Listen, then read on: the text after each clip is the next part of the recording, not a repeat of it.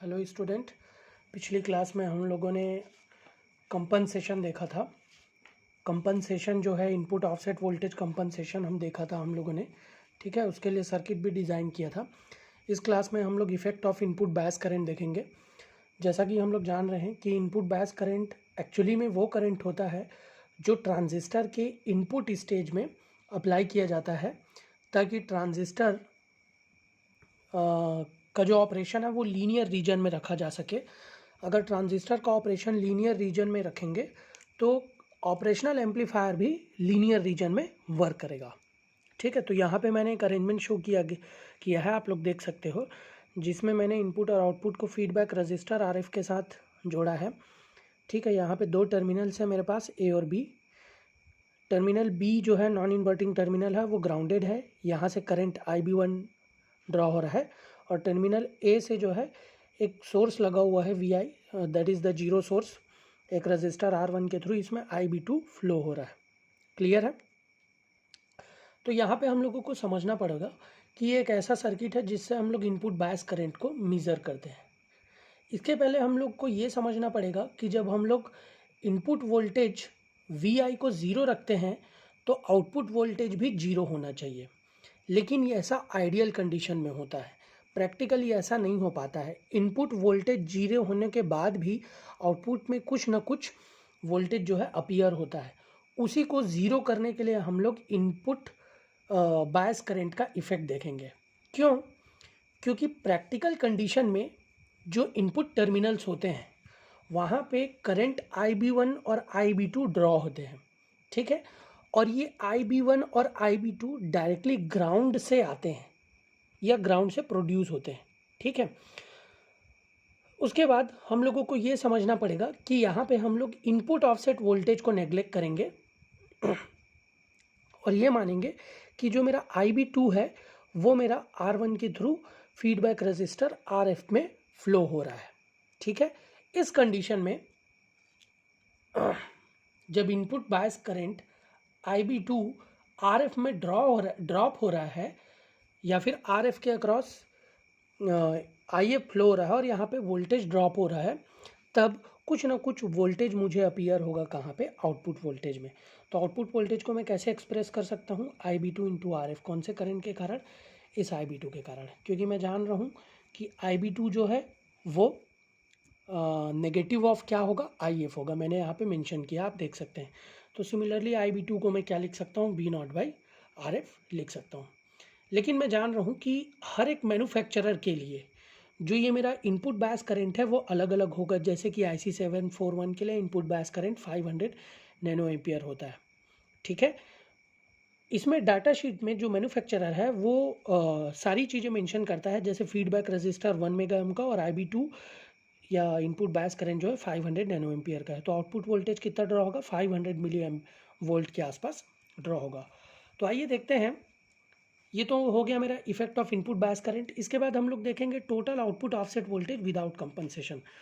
तो ये वाला पोर्शन आप लोग देख सकते हैं, ये मेरा effect of input bias current हो गया।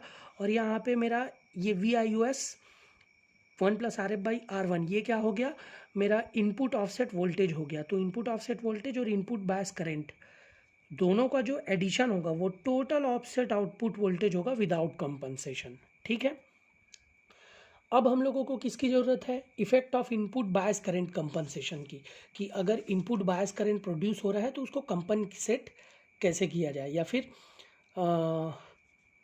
उसी को पहले देख लेते हैं कंपनसेशन को। तो देखते हैं इनपुट बायस करंट कंपनसेशन। तो आप लोग देख सकते हैं यहाँ पे मैंने एक अरेंजमेंट शो किया है। इस अरेंजमेंट में RF फीडबैक रजिस्टर है, R1 टर्मिनल A के अक्रॉस कनेक्टेड रजिस्टर है, R compensation input bias current को कंपनसेट करने के लिए जो रजिस्टर हम लोगों ने लगाया है वो है, ठीक है। तो यहाँ मैं आप लोग को बता दूँ कि इनपुट बायस करंट जब आउटपुट वोल्टेज प्रोड्यूस करता है जो कि बहुत स्मॉल होता है, वो बहुत सारे एप्लीकेशन में क्वाइट अनएक्सेप्टेबल होता है। बहुत सारे एप्लीकेशन में ऐसे एरर या फिर ऐसे करंट को हम लोगों को अवॉइड करना पड़ता है। तो उसके लिए हम लोग ये कंपनसेशन जनरेट करेंगे, क्योंकि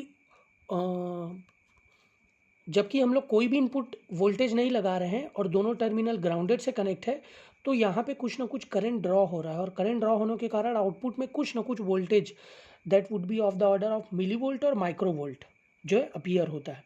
तो यहाँ पे हम लोग बेसिकली क्या करेंगे, रिलेशन फाइंड आउट करेंगे आर कंपनसेशन R1 और RF के बीच में, ठीक है। वर्चुअल ग्राउंड के कंसेप्ट से मैं जानता हूँ कि V1 जो टर्मिनल B के अक्रॉस ड्रॉप वोल्टेज है और V2 जो टर्मिनल A के अक्रॉस ड्रॉप वोल्टेज है, दोनों इक्वल होने चाहिए। तो वर्चुअल ग्राउंड के कॉन्सेप्ट से V2 इक्वल टू क्या होगा, माइनस ऑफ V1 होगा। क्लियर है। इसके साथ ही मैं नोड यहाँ पे KVL लगा देता हूँ नोड A में। यहाँ पे मैं KVL लगाऊंगा तो क्या हो जाएगा, V1 minus V1 plus V2 minus V0, ठीक है। यहाँ पे आप लोग KVL कैसे लगा सकते हैं, ये V1 ये VA is equal to VB है, तो यहाँ पर का वोल्टेज इज इक्वल टू यहाँ पर का वोल्टेज, तो इसको मैं माइनस V1 मान लेता हूँ, इसको मैं प्लस V2 मान लेता हूँ और ये माइनस V0 हो जाएगा। तो V0 इज इक्वल टू क्या लिख सकता हूँ, V2 minus V1।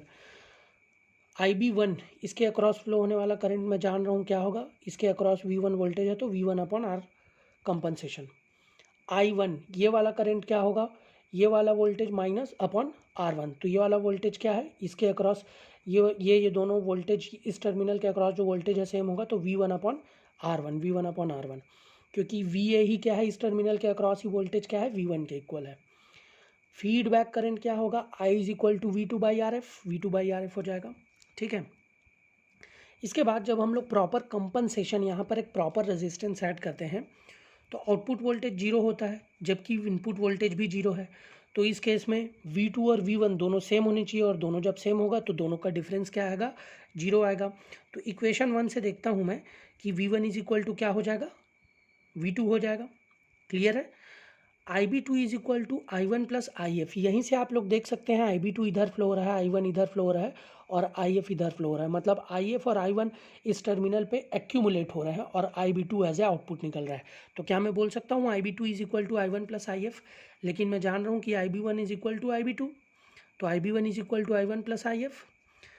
V1 upon R compensation, यहाँ से IB1 का वैल्यू निकाल लूँगा मैं, ठीक है। I1 की वैल्यू यहाँ से निकाल लूँगा, IF की वैल्यू यहाँ से निकाल लूँगा और इसको जब मैं रीअरेंज करूँगा तो R compensation is equal to R1 is in parallel with RF आएगा। तो एक्चुअल में ये R कंपनसेशन कुछ नहीं होता है, जो भी रेजिस्टेंस की वैल्यू हम लोग R1 और RF में सेलेक्ट करेंगे इन्हीं दोनों का पैरेलल कॉम्बिनेशन होता है। आई होप कि आप लोगों को ये चीज़ अंडरस्टैंड हुई होगी कि इनपुट बायस करंट कंपनसेशन कैसे होता है, इनपुट बायस करंट इफेक्ट क्या होता है और टोटल आउटपुट ऑफसेट वोल्टेज क्या होता है। कोई भी डाउट होने पर आप लोग मुझे कमेंट सेक्शन में पूछ सकते हैं।